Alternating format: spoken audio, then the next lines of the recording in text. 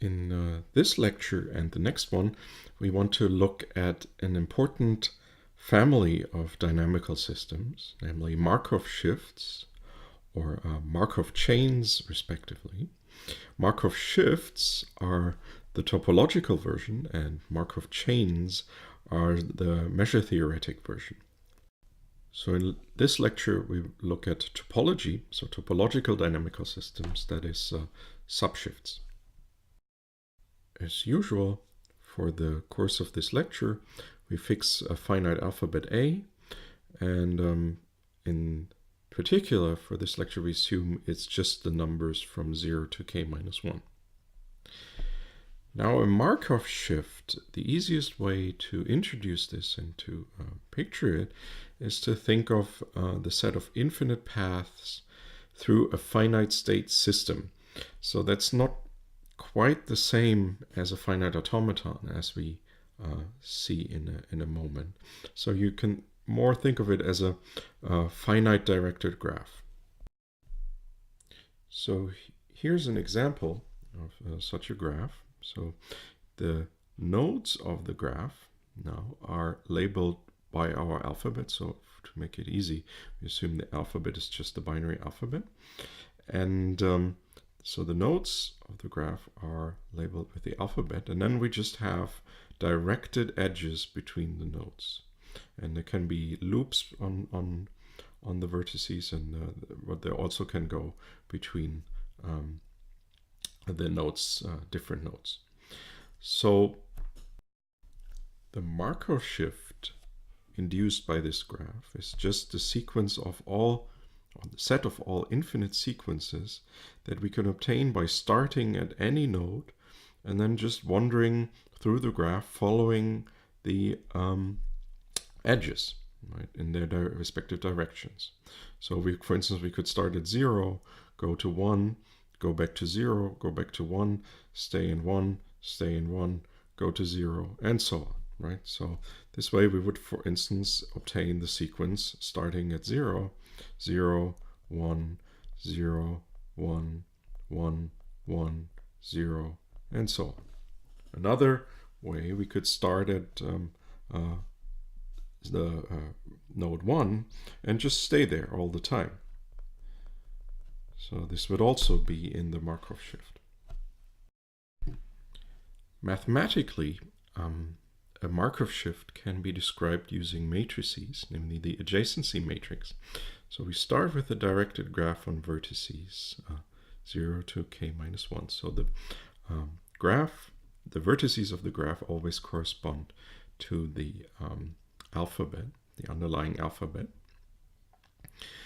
And then we let M be the adjacency matrix of the graph. So that means all entries are either 0 or 1, and we have a 1 entry at the position ij if and only if there's an edge leading from I to j. So we're actually looking at directed graphs, so you should understand this here as an edge from I to j.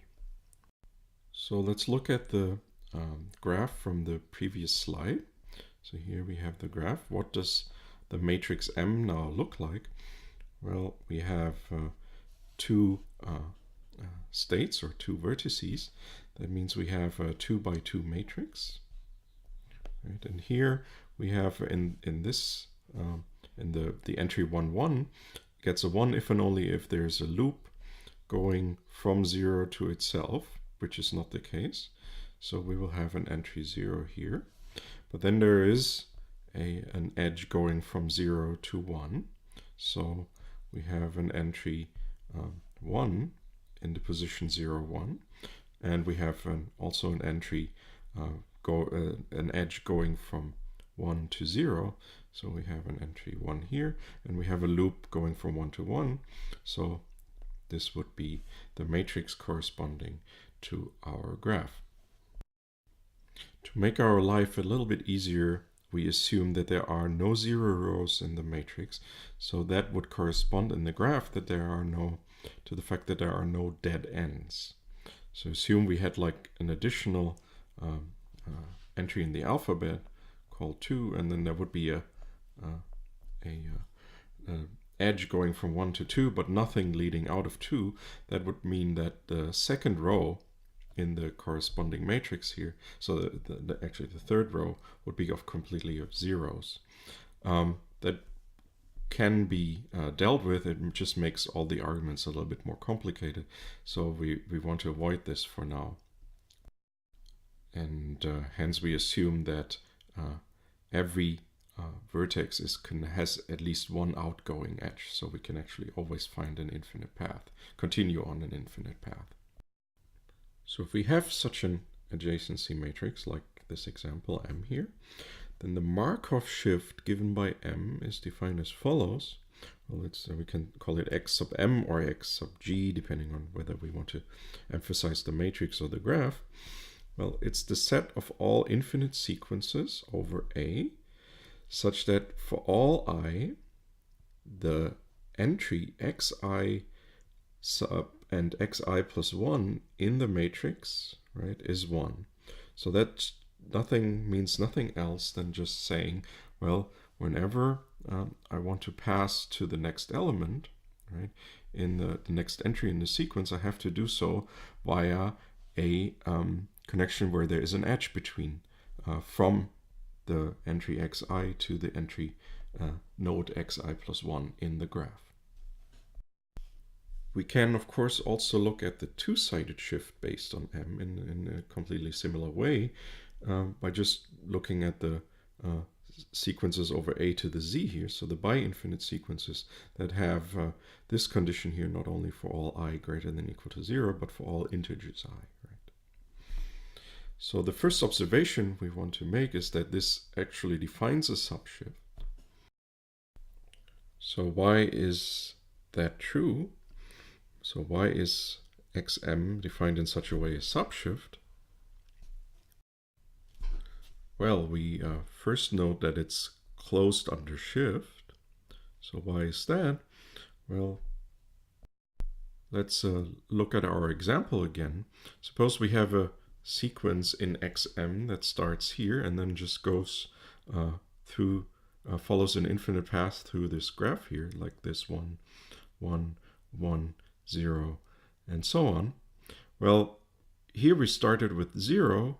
Now shifting means just we start our sequence we skip the first move and start the sequence at the node 1, right? So 1, 1, 0, and so on, right? So it's clearly closed under shift. The second condition for being a subshift was to be topologically closed. And we want to show this by showing that xm is actually the set of infinite paths through a tree. So which tree are we looking at? Remember in the first lecture on subshifts, we looked at the set of forbidden words that corresponds to a subshift. Now we're actually looking at the set of allowed words. So the set of allowed words is given as u of xm, the set of all finite strings u over alphabet A, such that u is a substring of some x in our set xm. But now, since our set xm is closed under shift, if we see a substring anywhere in some x in xm, then that substring must occur as the first string at some other x in xm, namely the x that is obtained by shifting through this x where it occurs as some substring, right, somewhere, all the way to the beginning. So for instance, if in our example we have the substring 0, 1, 1, right, and let's say we found that it occurs in as a substring in this one, and so on, then it will also occur as the beginning, as an initial substring, as an initial segment of a sequence, right, that we obtain by just shifting this sequence, the first sequence, by 2 positions, right? So we just take this sequence here and shift it by 2 positions, and we obtain this sequence. But this now means we can build up our set xm indeed as the set of infinite paths through a tree, right, where the nth level of the tree is given by un of xm, the allowed words of length n. So let's do this for our example graph up here, right? So which words of length 1 are allowed? Well, that's clear because that's just, we can start at any node, so we can start with either 0 or 1. But now which length 2 sequences are allowed? Well, we could either start at 0 and go to 1, right? So we could go 0 and then go to 1. We could start at 1 and stay at 1. Or we could start at 1 and go to 0. So what we can't do is start at 0 and stay at 0. So that would be a forbidden word. We see that 0, 0 is a forbidden word here, right? So there's no branch here. So these are all at this level, all the words, allowed words of length 2. 0, 1, 1, 0, and 1, 1. And then we can continue this now by looking at the length, words of length, allowed words of length 3, and so on. Right? And we will see that whenever, well, here 0, 0 is the forbidden word, so we cannot possibly extend in with a 0 here. We only can again extend with a 1 here. Right? So, and the set of all sequences in xm, right, is just the set of all infinite paths through this tree. Okay. But as we have shown before, the set of infinite paths through a tree is a closed set, so topologically closed. So xm is topologically closed and hence a subshift. So I would like to state 2 more observations here. The first is that there's a nice correspondence between counting paths and powers of the adjacency matrix. Namely, if I take the nth power of the adjacency matrix, mn, m to the n, so m is the adjacency matrix of the graph G, then the entry ij is the number of allowed words of length n, beginning with I and ending with j. So allowed words now just correspond to paths through the graph, right? The underlying graph. So let's look again at our example graph. Here, this is the m squared, so the matrix m squared. So that should now reflect the number of allowed words, so path of length 2, beginning with I and ending with j, so the ij entry. So for instance, this is the entry 0, 0. There should only be one possibility to go with the path of length 2 from 0 to 0 again. And there is only one going to 1 and back to 0. All right. So there's only one possibility to go from 0 to 1 in a path of length 2, namely going to 1 and staying at 1. Similarly, there's only one possibility going from 1 to 0 in the path of length 2, staying at 1 and then going to 0. But now there are 2 possibilities to go from 1 to 1 in 2 steps, namely going to 0 and then back to 1, or just staying at 1. Right? So this is why we have the 2 here. The other observation is that Markov shifts are shifts of finite type. Recall, finite type meant that there was a finite set of forbidden words.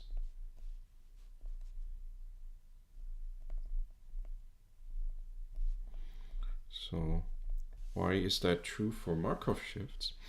Well, it's actually the consequence of a rather easy property of Markov shifts.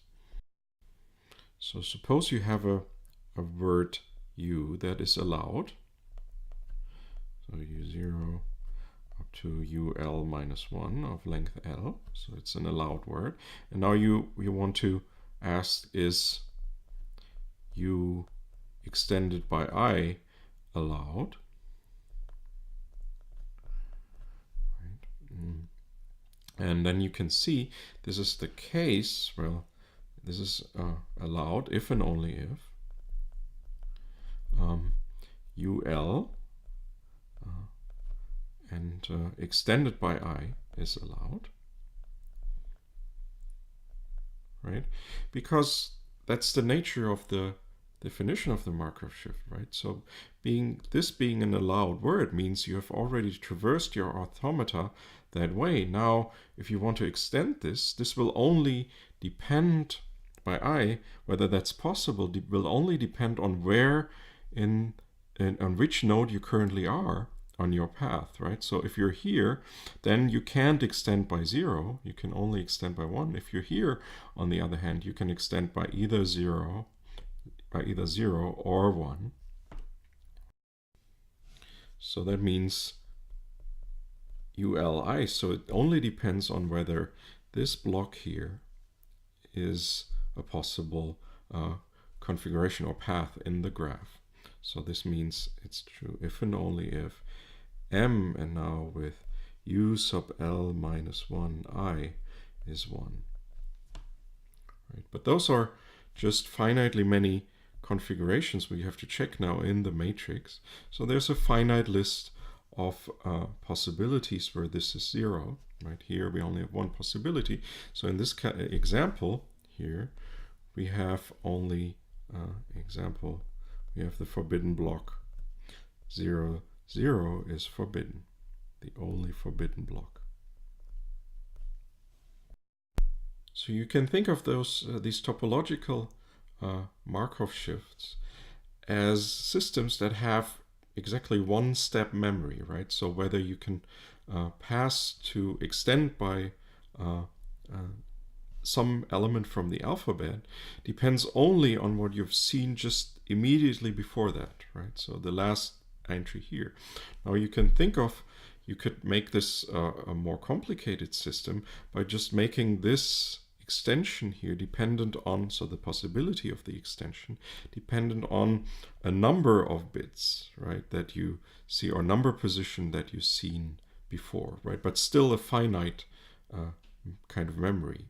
So this way it's possible to define kind of a generalized concept that is called a multi-step Markov shift. So Markov shifts you can think of one step Markov shift, right? Because you only have a one-step dependency here for the extension. But now you can, if you let it depend on, like, let's say 2 or 3 or 5 steps, right, or k, any number of finite steps before, you get the concept of a multi-step Markov shifts. Those Markov shifts are not that easily representable anymore, for instance, by graphs like this. So that's why they're a little bit harder to deal with. But they still give us subshifts of finite type, in particular subshifts.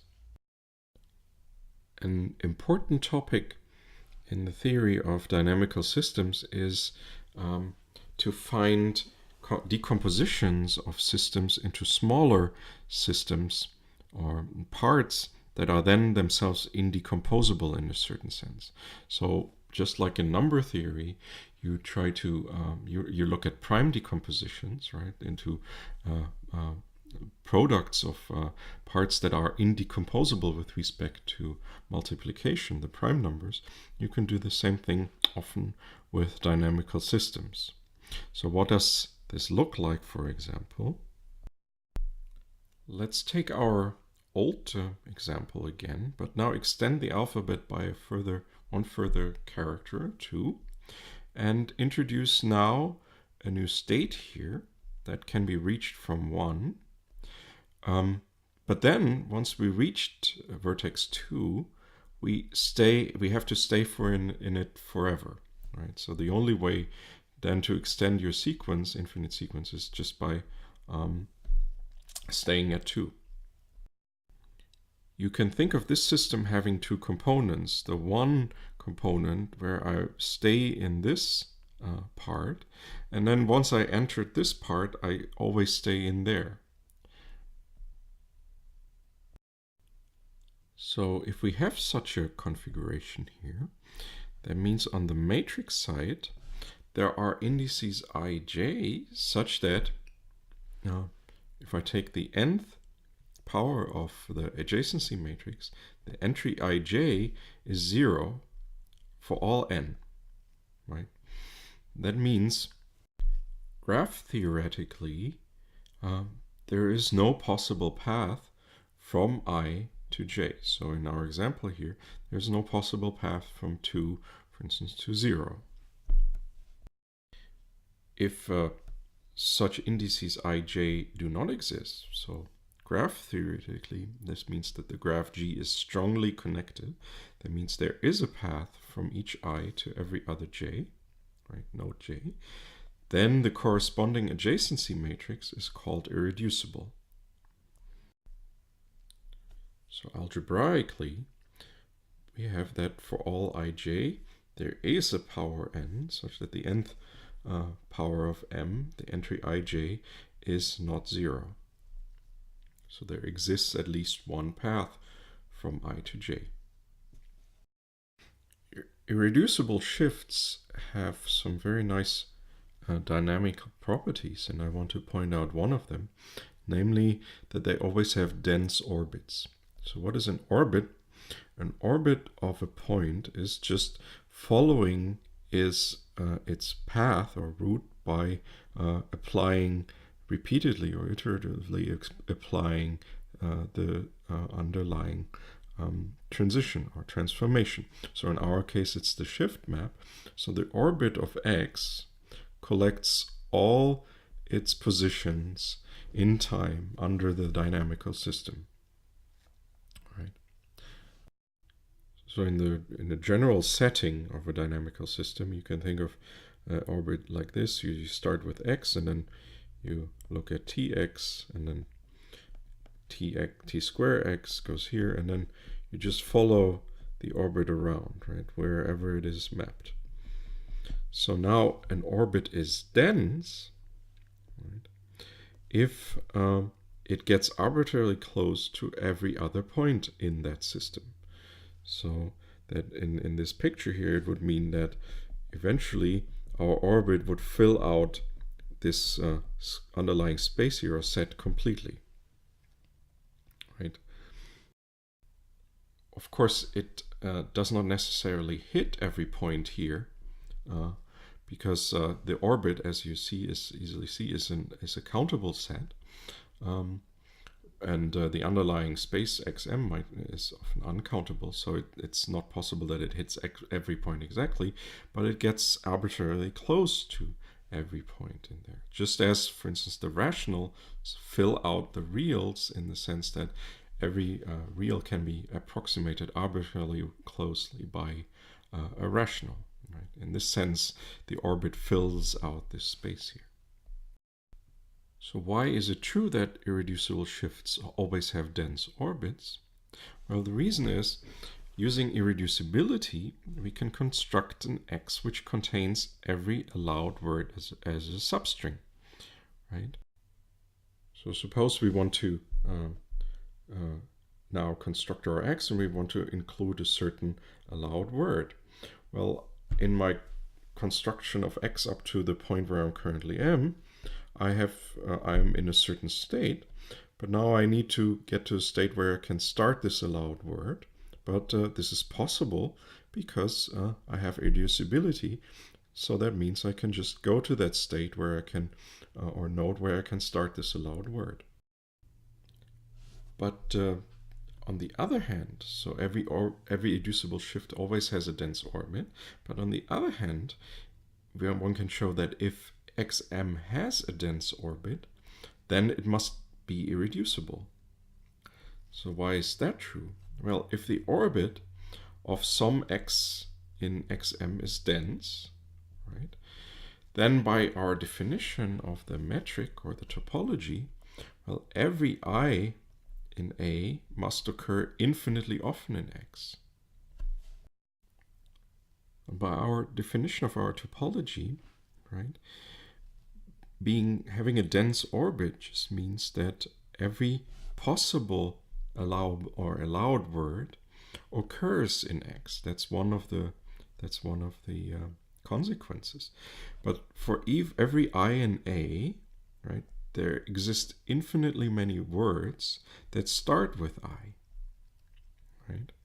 So every I in A must occur infinitely often in X, right? So, but this means we can get from any I in A to any other J in A in the underlying graph G, right? Since X has only allowed words, that means substrings that correspond to paths in G.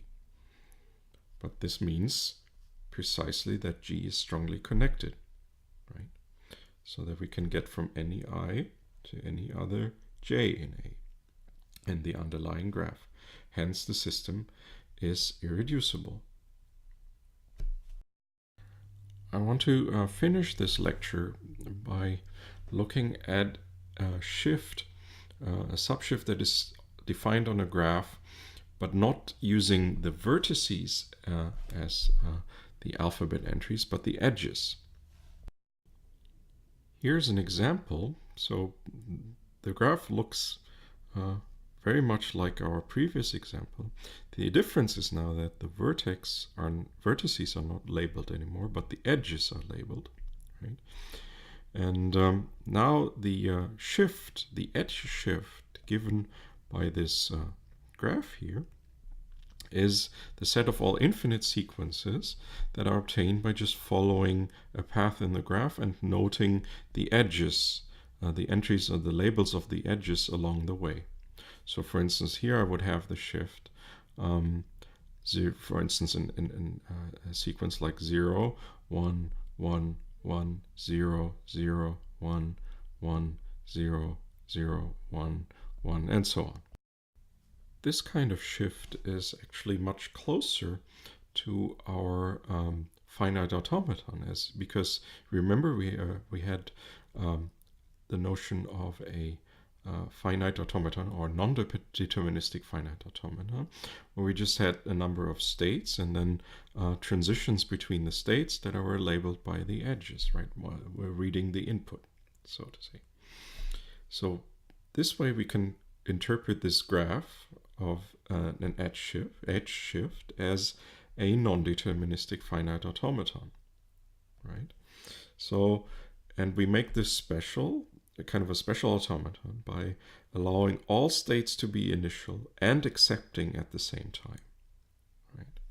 So no kind of state is kind of distinguished from the others anymore. I mean, this can be realized by just introducing an initial state and then having epsilon transitions to this, right? As a fully legally defined non-deterministic finite automaton, right? But if we assume now that every state is initial and accepting at the same time, then the set of allowed words for the edge shift corresponds just to the language accepted by this non-deterministic finite automaton, right?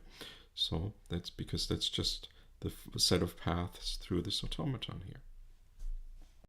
Now a Sofic shift is precisely that, namely a shift where the set of allowed words is a regular language.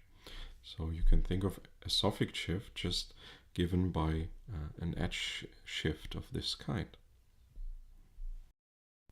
So finally note that Sofic shifts are in general more powerful than shifts of finite type.